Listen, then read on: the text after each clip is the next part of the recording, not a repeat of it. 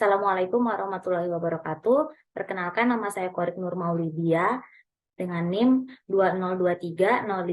202305201116 akan memaparkan nilai-nilai Islam Nusantara dalam proses penyelenggaraan pendidikan di Indonesia dalam mata kuliah kemuhamadiyahan. Yang pertama, Islam Nusantara, wujud modernisasi Islam di Indonesia. Islam Nusantara adalah Islam yang lahir dan tumbuh dalam balutan tradisi dan budaya Indonesia. Islam yang damai, ramah, dan toleran.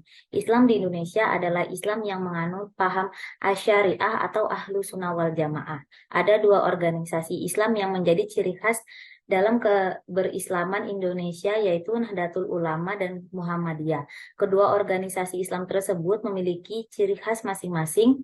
Nahdlatul Ulama memiliki ciri khas pesantren dan ulama, sedangkan Muhammadiyah memiliki ciri khas sebagai lembaga pendidik yang handal dan telah banyak melahirkan cendekiawan-cendekiawan Muslim. Hal ini tergambar dalam individu Muslim di Indonesia yang senantiasa hidup bergotong royong dalam bermasyarakat, saling membantu antar sesama, dan saling menghargai perbedaan atau toleransi, serta menghormati kiai dan ulama yang tergambar dalam sosok santri di Indonesia. Selanjutnya adalah tokoh dan pemikir Islam Nusantara. Yang pertama ada Kiai Haji Ahmad Dahlan. Beliau adalah pendiri organisasi Islam Muhammadiyah yang didirikan pada tanggal 18 November 1912 di Kauman, Yogyakarta. Tujuan Muhammadiyah adalah menyebarkan pengajaran Nabi Muhammad SAW kepada penduduk Bumi Putra dan memajukan hal agama Islam kepada anggota-anggotanya. Muhammadiyah bergerak di bidang kemasyarakatan, kesehatan, dan pendidikan ketimbang politik. Yang kedua, Kiai Hasyim Asy'ari. Beliau adalah pendiri organisasi Islam Nahdlatul Ulama atau yang sering dikenal dengan NU, didirikan pada tanggal 31 Januari 1926 di Surabaya. Tujuan NU adalah mempertahankan tradisi-tradisi keislaman yang sudah ada sejak lama di Indonesia, seperti mazhab fikih, tasawuf, tarekat, ziarah kubur, dan lain-lainnya. NU juga bergerak di bidang sosial, pendidikan, kesehatan, ekonomi, dan politik. NU merupakan organisasi Islam terbesar di Indonesia dengan anggota mencapai puluhan juta orang. Yang ketiga adalah Ahmad Hasan. Beliau adalah salah satu tokoh pemersatu Islam atau Persis, sebuah organisasi Islam yang didirikan pada tahun 1923 di Bandung oleh para pemuda Islam yang ingin melakukan pembaharuan Islam sesuai dengan Al-Quran dan hadis. Yang keempat adalah Syekh Ahmad Sukarti. Beliau adalah salah satu tokoh Al-Irsyad, sebuah organisasi Islam yang didirikan oleh para ulama dari Timur Tengah pada tahun 1914 di Batavia atau sering dikenal Jakarta. Yang selanjutnya adalah C. Sejarah Islam Nusantara.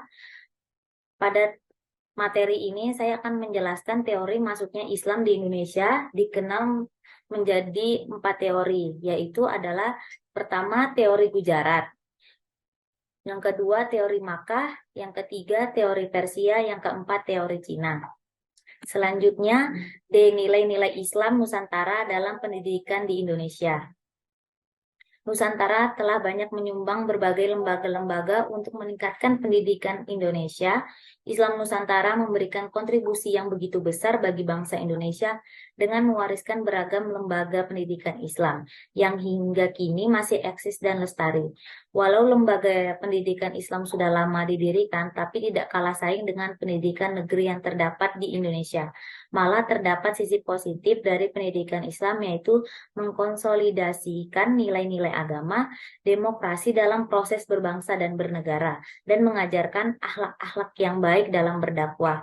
Salah satu contoh nilai Islam Nusantara dalam pendidikan di Indonesia adalah berdirinya pondok pesantren. Pondok pesantren ini sebagai lembaga pendidikan Islam tertua di Nusantara. Sejumlah sejarawan menyebut ekstensi pesantren lebih dahulu hadir sebelum kedatangan bangsa Eropa di Nusantara pada abad ke-16. Dua, madrasah. Dalam konteks Indonesia, istilah madrasah ini telah menyatu dengan istilah sekolah formal atau perguruan di bawah binaan Departemen Agama. Kontribusi-kontribusi lainnya adalah memajukan pendidikan Indonesia dari zaman dahulu hingga saat ini. Hal-hal lainnya seperti majelis taklim, masjid, dan surau. Mungkin ini saja yang bisa saya sampaikan, kurang lebihnya saya mohon maaf. Assalamualaikum warahmatullahi wabarakatuh.